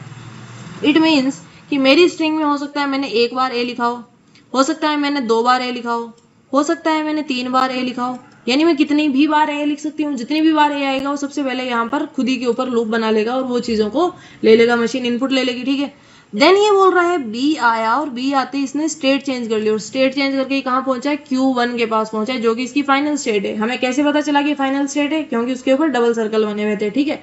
तो बी आया पहुंच गया, इसका मतलब स्ट्रिंग क्या बोल रही है, ये डीएफए क्या बता रहा है हमें कि भाई पहले चाहे कितने ही ए आए, पहले चाहे कितने ही ए आए, एक बार आए चाहे दो बार ए आए चाहे तीन बार ए आए, लास्ट में क्या आना चाहिए, बी आना चाहिए। लास्ट में क्या आना चाहिए, इसके बाद में अगर बी आ गया तो ये स्ट्रिंग, ये मशीन जो इस स्ट्रिंग को एक्सेप्ट कर लेगी। अगर इसके लास्ट में भी बी आ गया तो ये वाली लैंग्वेज जो है इस मशीन के द्वारा एक्सेप्ट कर ली जाएगी। अगर इसके बाद में भी बी आया तो ये जो इसके द्वारा एक्सेप्ट कर ली जाएगी। और अगर ए नहीं भी आता है, सिर्फ बी आया, तो हम इनिशियल स्टेट पर थे, जैसे ही बी आया Q1 के पास चला गया फाइनल स्टेट पर और इसको जो है एक्सेप्ट कर लिया गया। तो यहाँ पर इसकी रेगुलर एक्सप्रेशन क्या बनेगी, ए के ऊपर स्टार, कि भाई ए हो सकता है आए और हो सकता है ना भी आए, एप्सिलॉन मूव हो यहाँ पर, तो वो सारी की सारी स्ट्रिंग्स जो ए से क्रिएट हो सकती है इंक्लूडिंग एप्सिलॉन वो, और लास्ट में end with it, this string should end with B, अगर हम इस मशीन के द्वारा उसे एक्सेप्ट करवाना चाह रहे हैं तो इस डीएफए की रेगुलर एक्सप्रेशन क्या हो जाएगी, ये हो जाएगी। आई होप आपको समझ आया होगा। एक और एग्जाम्पल के थ्रू समझते हैं चीजें कैसे काम कर रही है। तो यहाँ पर ध्यान से देखो, सबसे पहले Q नोट है और Q नोट के ऊपर ए आया तो स्टेट चेंज हो गई, तो मैंने लिख लिया ए आ गया भाई।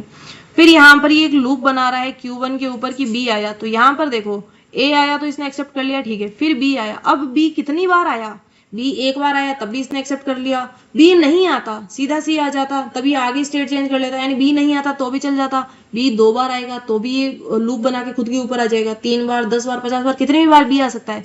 यानी मैं बी के ऊपर स्टार लगा सकती हूँ, बिल्कुल लगा सकती हूँ, क्योंकि एप्सिलॉन मूव भी है इसके अंदर, बी की मल्टीपल टाइम्स भी है, जितनी भी नंबर ऑफ स्ट्रिंग्स यहाँ से क्रिएट हो सकती है। तो हम Q1 स्टेट पर है। अब यहाँ से जैसे ही सी आया, नेक्स्ट यहाँ से क्या आया, सी आया, तो हम कहाँ पहुंचे, Q2 स्टेट के ऊपर, हम फाइनल स्टेट पर पहुंच गए। क्या यहाँ पर और कुछ खुद पर लूप बना रहा है, क्या यहाँ पर और कोई इनपुट सिंबल है, नहीं है, तो यहाँ पर चीज खत्म हो गई। तो अब यही डीएफ है, कुछ इस तरह से इसका रिप्रेजेंटेशन हो जाएगा रेगुलर एक्सप्रेशन का, बट ऐसे तो हम लिखते नहीं रेगुलर एक्सप्रेशन, तो इसी को और सिंप्लीफाई करते हैं। सबसे पहले अपने पास में क्या है, ए, देन एज जो होती है उसकी जगह हम कंकेटिनेट करके कुछ भी नहीं लिखते हैं, तो डॉट लगा दो या उसको सिंपल छोड़ दो। देन आता है बी स्टार, यानी all strings generated by b including epsilon, and then आ गया सी, दैट्स इट, ये हो गया इसका रेगुलर एक्सप्रेशन। तो इस तरह से जो है रेगुलर एक्सप्रेशंस को लिखा जाता है किसी भी फाइनाइट ऑटोमेटा से, किसी भी ये डीएफए बोल दो, एनएफए से भी इसी तरह से जनरेट करते हैं हम रेगुलर एक्सप्रेशन को, जो क्या करती है, जो भी उसके अंदर चीजें फॉलो हो रही है, जो भी उसका पैटर्न है उसको रिकॉग्नाइज करती है, देन उसको एक्सप्रेस करने का काम करती है, इस तरह से उसको लिखा जाता है, ठीक है। तो जो लूप है उस लूप की जगह क्या करते हैं, हम स्टार को यूज करते हैं। जैसे हमने यहाँ पर स्टार को यूज करा, किसकी वजह से, इस बी के लूप की वजह से। जो सीक्वेंस होता है वो कंकेटिनेट हो जाता है, तो जो ये एरो था मेरे पास, जो ये बी टू सी एरो था, ये कंकेटिनेट हो गया, गायब हो गया, यहाँ से डॉट लग गया इसकी जगह। एंड जो चॉइस होती है उसके लिए हम यूनियन का यूज करते हैं। ये आगे आपको फर्दर समझ आएगा कैसे होता है। अब नेक्स्ट टॉपिक आपके पास में आता है डिजाइनिंग रेगुलर। हमने देखो रेगुलर सेट के बाद में रिलेशन देख लिया एंड कन्वर्जन देख लिया फाइनाइट ऑटोमेटा और रेगुलर एक्सप्रेशन का। हमने रिवर्स भी देख लिया कि रेगुलर एक्सप्रेशन से फाइनाइट ऑटोमेटा के अंदर कन्वर्जन। अब नेक्स्ट टॉपिक आता है डिजाइनिंग रेगुलर एक्सप्रेशन की। रेगुलर एक्सप्रेशंस को किस तरह से डिजाइन किया जाता है। तो देखो टीओसी के अंदर designing a regular expression means writing a pattern that represents the given language. जो भी हम रेगुलर एक्सप्रेशन लिख रहे थे वो क्या कर रहा था, जो भी अपने पास में ये मशीन थी, इस मशीन को जो चीज फॉलो कर रही थी, जो इसके थ्रू जो स्ट्रिंग एक्सेप्ट हो रही थी, हम उस स्ट्रिंग को बनाकर लिख रहे थे, उसका पैटर्न यहाँ पर हम रिकॉग्नाइज करके लिख रहे थे। यहाँ भी उसी पैटर्न को ही लिखना है। कौन से पैटर्न को, जो पैटर्न रिप्रेजेंट कर रहा है गिवन लैंग्वेज को, जो भी लैंग्वेज गिवन होगी। तो यहाँ पर कुछ चीजें आप पहले समझ लो कि ए और बी हम जनरली यहाँ अल्फाबेट सिंबल्स का यूज कर रहे होंगे।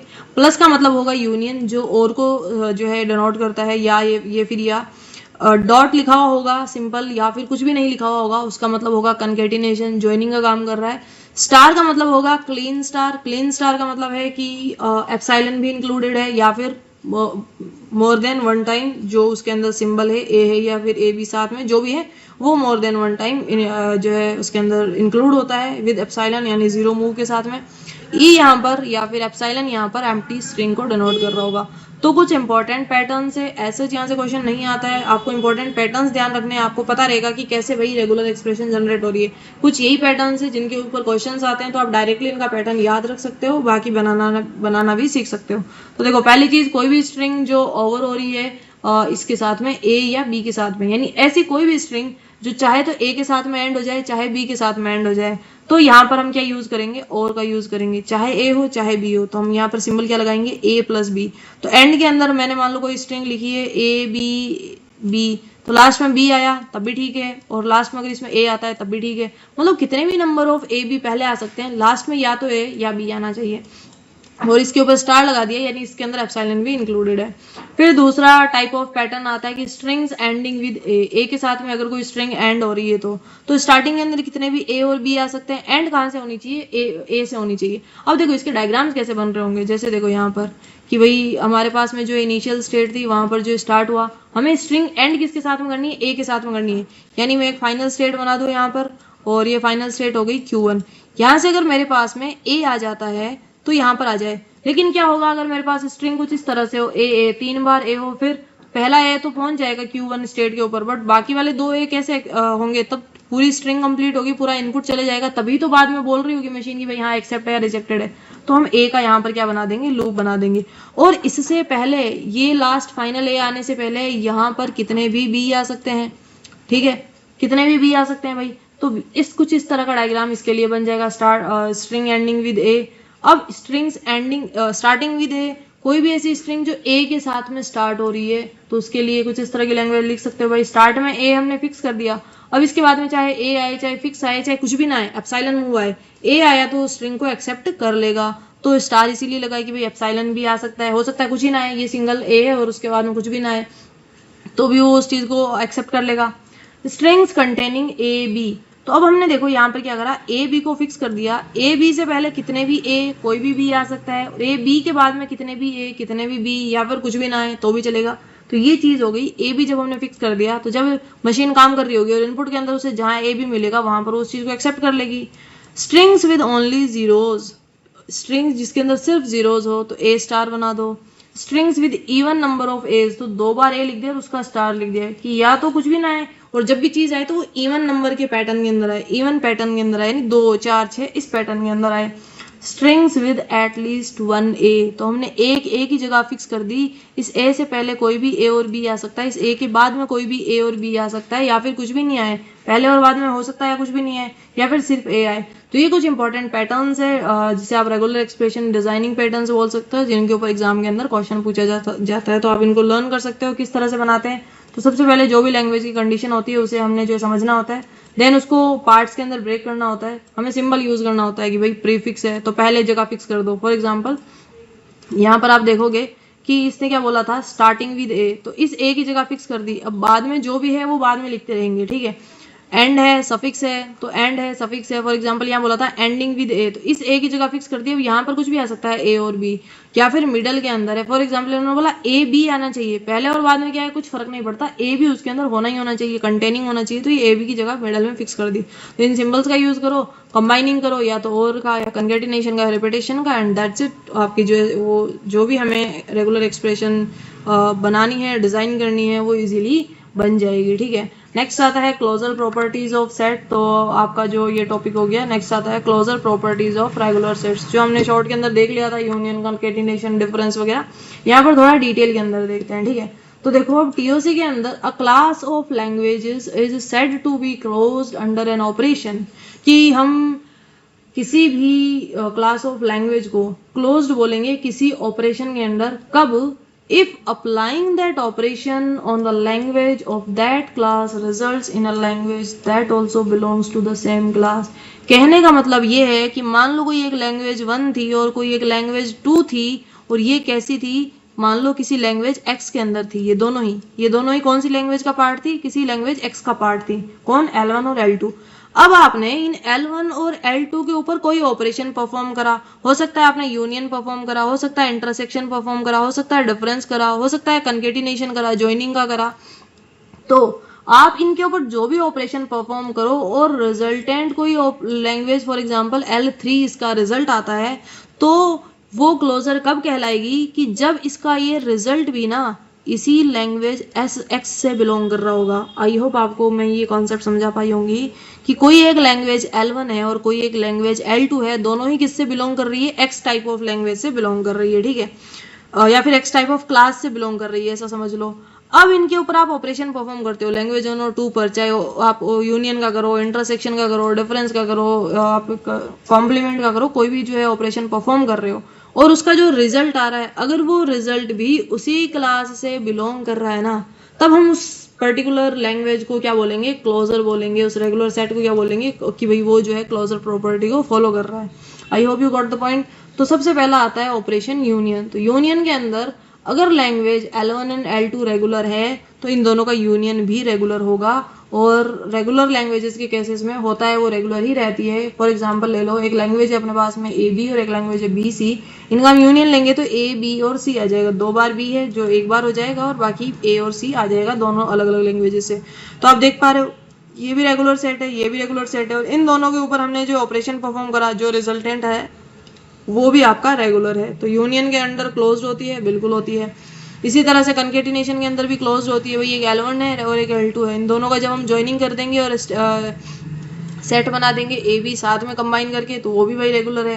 तो L1 और L2 रेगुलर है, और इनका कंकेटिनेशन करने के बाद में भी ये रेगुलर रहती है। तो कंकेटिनेशन की ऑपरेशन के अंदर भी जो आपका रेगुलर सेट होता है, रेगुलर लैंग्वेज होती है, वो कैसी होती है, आपकी क्लोजर होती है, क्लोजर प्रॉपर्टी को फॉलो कर रही होती है। ऐसा ही क्लीन स्टार के केसेस में होता है कि अगर L लैंग्वेज है तो L स्टार भी क्या होगा, रेगुलर होगा। तो एक हमने लैंग्वेज ली है जिसमें A लिखा है, तो इसका क्लीन स्टार क्या हो जाएगा, एप्सिलॉन इंक्लूड होगा, और बाकी जितने भी नंबर ऑफ A आ रहे हैं वो इंक्लूड हो जाएंगे। तो ये भी आपकी रेगुलर है, तो ये भी क्या है, क्लोजर है। ठीक है। क्लीन प्लस, तो प्लस के अंदर सिर्फ वही है, ये जो एप्सिलॉन यहाँ था ये यहाँ पर नहीं है, दैट्स इट। बाकी तो वही लैंग्वेज है, वही स्ट्रिंग्स का सेट है, तो ये भी इसके अंदर क्लोजर होती है। इसी तरह से intersection, complement, difference, reversal. Reversal आपको पता, मैंने बता दिया होगा कि भाई जो भी आपका सेट लिखा हुआ था उसको रिवर्स करके लिख दो। जैसे A B लिखा हुआ है तो B A लिख दो, अगर A B और C होता तो इसका C B A इस तरह से रिवर्स करके लिख दिया जाता, तो रिवर्स ही होता है।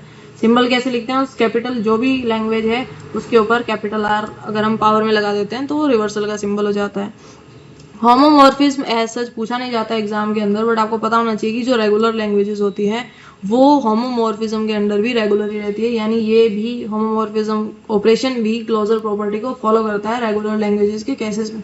आई होप आपको समझ आ गए होंगे कि ऑपरेशंस के अंदर जो क्लोजर प्रॉपर्टी है वो किस तरह से रेगुलर लैंग्वेजेस के सेट के अंदर फॉलो हो रही है, कि भाई जो भी रेगुलर सेट्स हैं ये पर्टिकुलर जो भी हमने ऑपरेशंस देखे इनके अंदर क्या कर रही है, क्लोजर प्रॉपर्टी को फॉलो कर रही है। ठीक है। नेक्स्ट टॉपिक आता है पंपिंग लेमा। तो हमने यहाँ पर देखो pumping lemma and regular sets, तो रेगुलर सेट्स हमने देख लिए, थोड़ा सा और डिटेल के अंदर देख लेंगे, और फिलहाल देख लेते हैं पंपिंग लेमा। अब पंपिंग लेमा जो है क्या होता है, तो देखो in TOC the pumping lemma is a property of all regular languages used to prove that language is not regular. मतलब इसका एक छोटा सा मतलब है पंपिंग लेमा का कि भाई ये है ना एक ऐसा टूल समझ लो, एक ऐसा टूल होता है जो हमें ये हेल्प करता है ये प्रूव करने में, क्या प्रूव करने में, कि भाई कोई लैंग्वेज है ना ये रेगुलर नहीं है। क्या नहीं है, रेगुलर नहीं है। ये नहीं बताता कि रेगुलर है, ये चीज को प्रूव करने में हेल्प करता है कि जो लैंग्वेज है वो रेगुलर नहीं है। कि if L is a regular language then there exists a number P यानी pumping length such that any string W belongs to L, ये किसका सिंबल होता है, belongs to का, and with length of W should be greater than and equal to P। P क्या है, pumping length है जो भी हमने बात करी। तो ये जो लेंथ होगी किसकी, W की, वो कैसी होनी चाहिए, इस पंपिंग लेंथ से ज़्यादा या बराबर होनी चाहिए। Can be divided into 3 parts, और इसको 3 पार्ट्स के अंदर डिवाइड किया जा सकता है। W is equals to XYZ, और किस तरीके से, कुछ इस तरीके से कि इसका जो स्टार्टिंग पार्ट की लेंथ है X और Y के कंकेटिनेशन की लेंथ है वो हमेशा छोटी और बराबर होगी P के। P अगेन आई रिपीट ये पंपिंग लेंथ है, एंड देन लेंथ ऑफ जो Y होगी वो हमेशा 1 के इक्वल में या बराबर होगी, यानी Y कभी भी यहाँ पर एम्प्टी नहीं रहेगा, और X Y की पावर N Z हमेशा बिलोंग कर रहा होगा लैंग्वेज L से, फॉर ऑल जहाँ पर हमेशा N जो है 0 से बड़ा या बराबर होगा। You can repeat Y many times and the language still remains valid. अब इतनी सारी रामायण का मतलब क्या है, देखो इसका मतलब ये है कि मान लो अगर कोई L लैंग्वेज है जो कैसी है, रेगुलर है, ठीक है, और तो उसके अंदर ये बोल रहा है कि अगर लैंग्वेज L रेगुलर है तो उसके अंदर एक P एग्जिस्ट कर रहा होगा, यानी उसकी एक पंपिंग लेंथ एग्जिस्ट कर रही होगी। अभी ये क्या होता है, कैसे एग्जिस्ट करती है, कैसे पता लगाते हैं, वो हम आगे देखेंगे। फिलहाल के लिए इतना समझो कि अगर कोई L लैंग्वेज रेगुलर है तो उसके अंदर एक P पंपिंग लेंथ जो है एग्जिस्ट कर रही होगी, ठीक है, किसके लिए, हर W के लिए जो बिलोंग कर रहा है उस लैंग्वेज से, किसके लिए, हर W यानी हर स्ट्रिंग के लिए जो उस लैंग्वेज से क्या कर रहा है, बिलोंग कर रहा है, और उसका जो लेंथ है किसका, उस स्ट्रिंग का, वो कितना है, उस P से यानी पंपिंग लेंथ से या तो बड़ा है या उसके बराबर है। तो ऐसे केसेस के अंदर हम उस W वर्ड को 3 पार्ट के अंदर तोड़ सकते हैं, X में, Y में और Z के अंदर। और किस तरह से जो तोड़ सकते हैं, जो वो यहाँ पर मैंने लिख दिया कि X और Y की कंकेटिनेशन की लेंथ P से छोटी या बराबर होगी, Y की जो लेंथ है 1 होगी या फिर 1 से बड़ी होगी, यानी कभी भी Y एम्प्टी नहीं हो सकता, ये यहाँ पर ध्यान रखना है। और कुछ ये कंडीशन कि X और Y की पावर N और Z जो हमेशा उसी लैंग्वेज से बिलोंग कर रही होगी, किसके लिए, उन सब के लिए जहाँ पर N की वैल्यू 0 या 0 से बड़ी है। तो आपको यहाँ पर समझ आया होगा कि आइडिया क्या है कि जो मिडल पार्ट है ना Y, क्योंकि हमने बोला उस वर्ड को हम 3 पार्ट के अंदर तोड़ सकते हैं, X, Y और Z, तो इसका जो मिडल पार्ट है ना Y, ये Y क्या कर सकता है, रिपीट कर सकता है। N की वैल्यू देखो 0 हो सकती है और 0 से कितनी भी बड़ी हो सकती है, 1, 2, 3 हो सकती है। और फिर भी इसका मतलब ये है कि और फिर भी रिपीट होने के बाद भी हमारी जो लैंग्वेज है ना वो अभी वैलिड रहेगी, यानी ये अभी भी उसी जो स्ट्रिंग है लैंग्वेज के अंदर ही रहेगी। तो इसको सोल्व करने का क्या तरीका है, सबसे पहले हम अज्यूम करते हैं कि L लैंग्वेज है वो रेगुलर है, ठीक है। फिर हम पंपिंग लेमा को यूज करते हैं, वहां पर एक P एग्जिस्ट कर रहा होता है और हम चूज करते हैं उस W को जो बिलोंग कर रहा है L से, यानी उस स्ट्रिंग को चूज कर रहे होते हैं जो उस लैंग्वेज से बिलोंग कर रही है, और उस स्ट्रिंग को भी उसको चूज करते हैं जिसकी लेंथ कितनी हो, उस पंपिंग लेंथ से या तो बड़ी हो या फिर उसके बराबर हो। उसके बाद में जो भी गिवन वर्ड होता है उसको हम 3 पार्ट्स के अंदर डिवाइड करते हैं X, Y, Z में, और अब पंपिंग अप्लाई करते हैं। पंपिंग अप्लाई कैसे किया जाता है, जो Y की पावर लगी हुई होती है N, उस N की वैल्यूज को चेंज करते हैं 0, 1, 2 इस तरह से करके, ठीक है।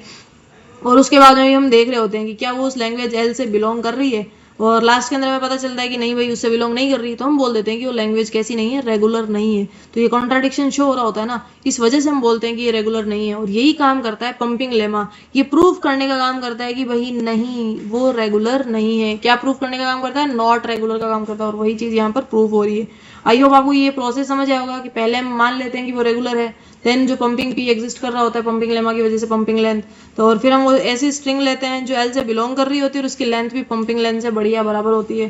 फिर हम उसको 3 पार्ट में डिवाइड करते हैं, उसमें पंपिंग अप्लाई करते हैं, एंड देन कॉन्ट्राडिक्शन शो होता है तो हम बोल देते हैं नहीं रेगुलर है। यही काम होता है पंपिंग लेमा का, ये प्रूव करने का कि वो रेगुलर नहीं है। अब देखो पंपिंग लेमा और रेगुलर सेट के बीच में जो है क्या रिलेशनशिप होता है, तो देखो हर रेगुलर लैंग्वेज जो है वो सेटिस्फाई करती है पंपिंग लेमा को, but if language does not satisfy pumping lemma it is not regular, तब वो रेगुलर नहीं होती है। और पंपिंग लेमा इसी के काम में आता है to prove non regularity prove करने के काम में ही आता है। कौन, pumping lemma. Next topic Myhill Nerode theorem. अब माय-हिल-नीरोड थ्योरम कहते किसे हैं, तो देखो टीओसी के अंदर माय-हिल-नीरोड थ्योरम जो है हमें नेसेसरी और सफिशिएंट 2 कंडीशंस प्रोवाइड करती है। किस चीज़ के लिए, किसी भी लैंग्वेज के रेगुलर है उसके लिए। अब देखो माय-हिल-नीरोड थ्योरम इंपॉर्टेंट क्यों है, अभी हमने ऊपर पंपिंग लेमा पढ़ा तो वो क्या चीज़ प्रूव करने में हेल्प कर रहा था कि भाई जो लैंग्वेज है वो रेगुलर नहीं है, ये चीज़ प्रूव कर रहा था, वो उसकी नॉन रेगुलरिटी को प्रूव कर रहा था। बट यहाँ पर माय-हिल-नीरोड अपन को किस में हेल्प करता है, it helps to check whether a language is regular और नॉट, कि वो है या नहीं है। पहली चीज ये चेक करने में हेल्प करता है। दूसरी चीज it is used in DFA minimisation. DFA को मिनिमाइजेशन करने के 2-3 तरीके होते हैं, उनमें से एक माय-हिल-नीरोड थ्योरम ये तरीका होता है किससे हम जो है डीएफए को मिनिमाइज करते हैं। और तीसरी चीज ये इंपॉर्टेंट इसीलिए भी है क्योंकि पंपिंग लेमा से स्ट्रॉन्गर होता है, क्योंकि पंपिंग लेमा जो है सिर्फ उसकी नॉन रेगुलरिटी को प्रूव कर रहा होता है, ये हमें रेगुलर है या नहीं है दोनों चीजें बता देता है। इसके अलावा डीएफए को मिनिमाइजेशन करने में भी हेल्प करता है। अब ये थोड़ा डिटेल में देखने से पहले कुछ टर्मिनोलॉजीज हैं उनको देख लेते हैं। सबसे पहले आता है डिस्टिंग्विशेबल स्ट्रिंग। डिस्टिंग्विशेबल स्ट्रिंग कौन सी स्ट्रिंग होती है, तो देखो 2 स्ट्रिंग है, एक है x और एक है y।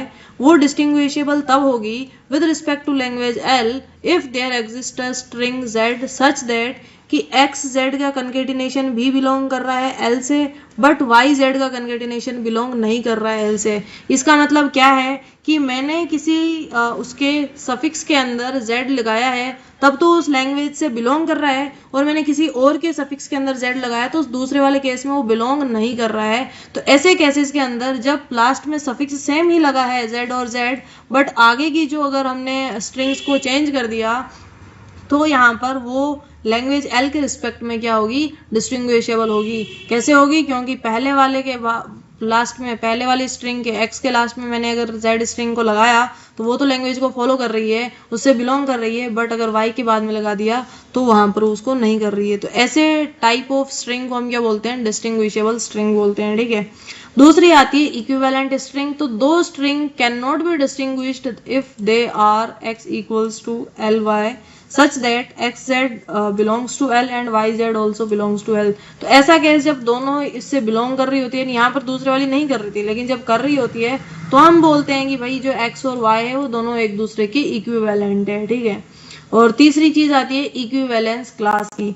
तो group of all equivalent strings together, उसको हम इक्विवेलेंट क्लास बोल सकते हैं।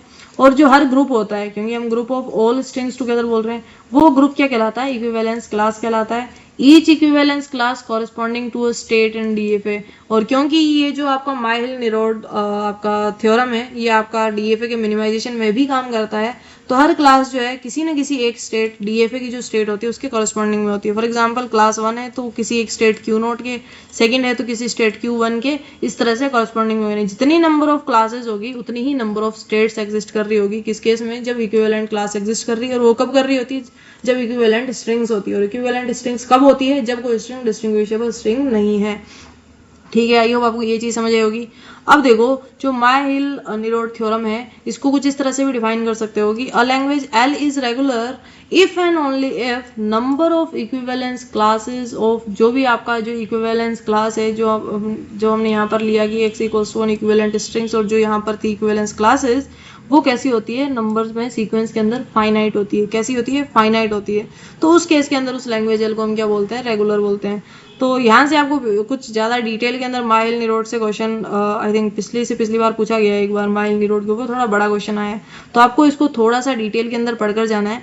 अब इन दोनों के बीच में डिफरेंस क्या रहता है, माइल-निरोड और पंपिंग लेमा में। तो पहली चीज़ की ये हमें क्या प्रोवाइड करवाता है, सिर्फ नेसेसरी कंडीशन को प्रोवाइड करवाता है। वहीं माइल-निरोड हमको नेसेसरी और सफिशिएंट दोनों कंडीशंस प्रोवाइड करवाता है।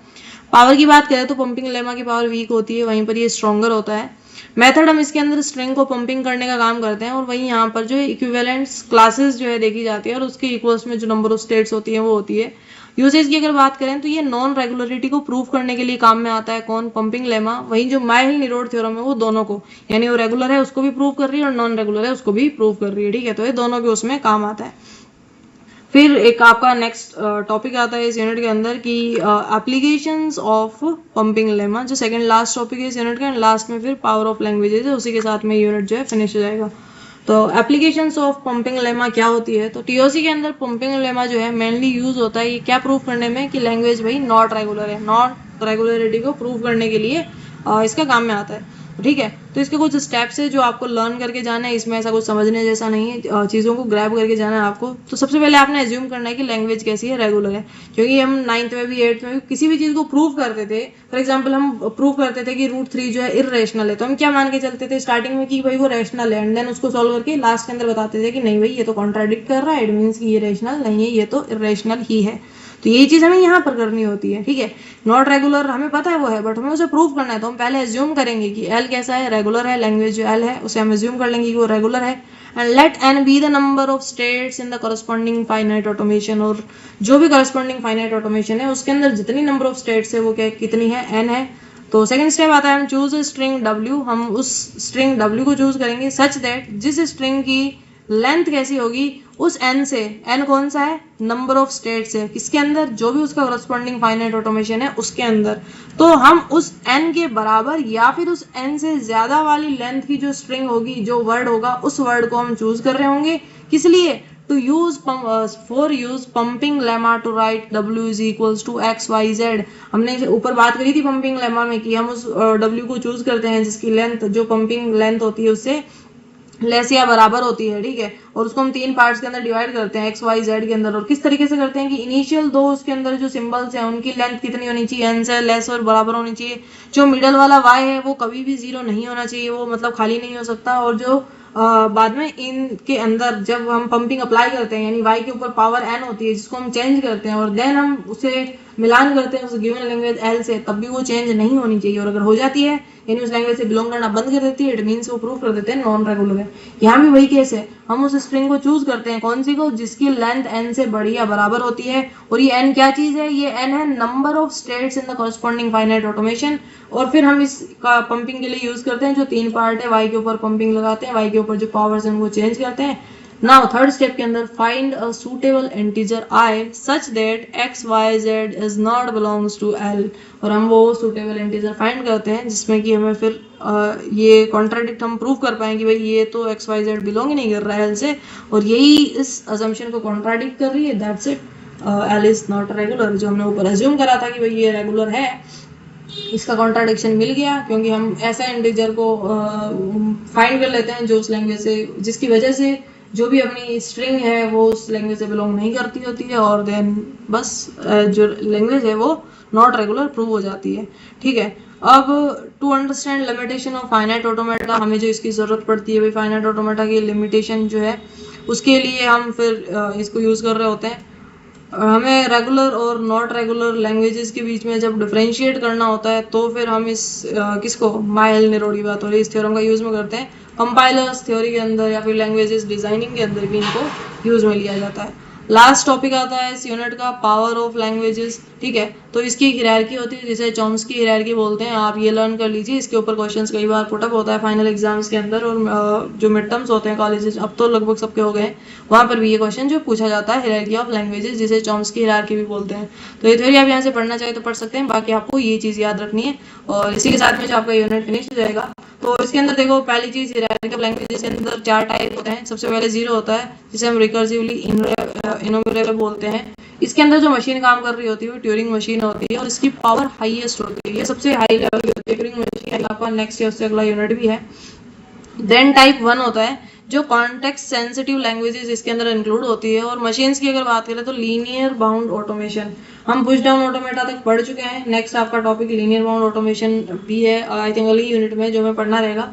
तो जो लीनियर बाउंड ऑटोमेशन है ये है, इसकी पावर हायर होती है, यानी इसके तो ज़्यादा होती है बट इस वाले से कम होती है। ठीक है, सेकेंड टाइप का जो आता है उसके अंदर CFL लैंग्वेजेस आती है, यानी जो कॉन्टेक्स्ट फ्री लैंग्वेजेस है वो आती है, और इसके अंदर मशीन पुश डाउन ऑटोमेटा काम कर रही होती है। हम देख रहे हैं कि पुश डाउन ऑटोमेटा इन वाली मशीन्स को एक्सेप्ट करने, लैंग्वेजेस को एक्सेप्ट या रिजेक्ट करने का काम करती है। ठीक है, और पावर इसकी ज़्यादा होती है, यानी इस वाली से, लीनियर बाउंड ऑटोमेशन वाली से तो कम होती है, बट जो फाइनाइट ऑटोमेशन है इससे ज़्यादा होगी। सबसे कम पावर किसकी होती है, सबसे लोअर पावर किसकी होती है, फाइनाइट ऑटोमेशन मशीन की होती है, और जो यहाँ पर लैंग्वेज एक्सेप्ट हो रही होती है वो रेगुलर लैंग्वेज होती है, और ये टाइप 3 की कैटेगरी में आते हैं। तो ये कुछ 4 टाइप्स हैं। आप कुछ इसको इस तरह से भी लिख सकते हैं, यहाँ पर देखो C लिखा हुआ है इस तरह से, तो ये क्या हो गया कि भाई ये इसका जो अगले वाला सुपर सेट है, या फिर इसे बोल सकते हो रेगुलर लैंग्वेज जो है वो सबसेट है किसकी, CFL की। भाई कॉन्टेक्स्ट फ्री लैंग्वेज जो है इसका सुपर सेट है। फिर कॉन्टेक्स्ट फ्री लैंग्वेज से भी ज्यादा पावर किसकी है, कॉन्टेक्स्ट सेंसिटिव लैंग्वेज की है। कॉन्टेक्स्ट सेंसिटिव लैंग्वेज से भी ज्यादा पावर किसकी है, RE की है, रिकर्सिवली इनोमरेबल की है। ठीक है, तो ये आपकी लैंग्वेज ऑफ हिरार्की होगी। तो बस इसी के साथ में आपका जो है ये यूनिट फिनिश होता है। आई होप आपको कंप्लीट चीज़ें थ्योरी ऑफ कंप्यूटेशन के सेकेंड यूनिट की डिटेल के अंदर समझ में आई होगी। यहाँ से जितने टाइप ऑफ क्वेश्चंस बनते हैं वो सारे के सारे जो मैंने पढ़ाए वहीं से बन रहे होंगे, बाहर से कोई भी क्वेश्चन नहीं आ रहा होगा। इसके अंदर थोड़े से आपको जो कन्वर्जन है उनके क्वेश्चंस प्रैक्टिस करके जाने हैं, चाहे आप आपकी रेफरेंस बुक से प्रैक्टिस कर लें, चाहे यूट्यूब के ऊपर बहुत सारे लेक्चर्स है जो क्वेश्चंस को प्रैक्टिस करवा रहे हैं। ठीक है, बहुत सारे चैनल्स है जहाँ के ऊपर क्वेश्चंस जो है सॉल्व करवाए जा रहे हैं, तो आप उन थोड़े से न्यूमेरिकल क्वेश्चंस को देखकर चले जाएं, बाकी आप इजीली इसमें अच्छा स्कोर कर पाएंगे। मतलब जितना इसका हवा बना हुआ है TOC का उतना मुश्किल है भी नहीं। ठीक है, तो इसी के साथ में सेकंड यूनिट फिनिश होता है। Thank you everyone for watching the video.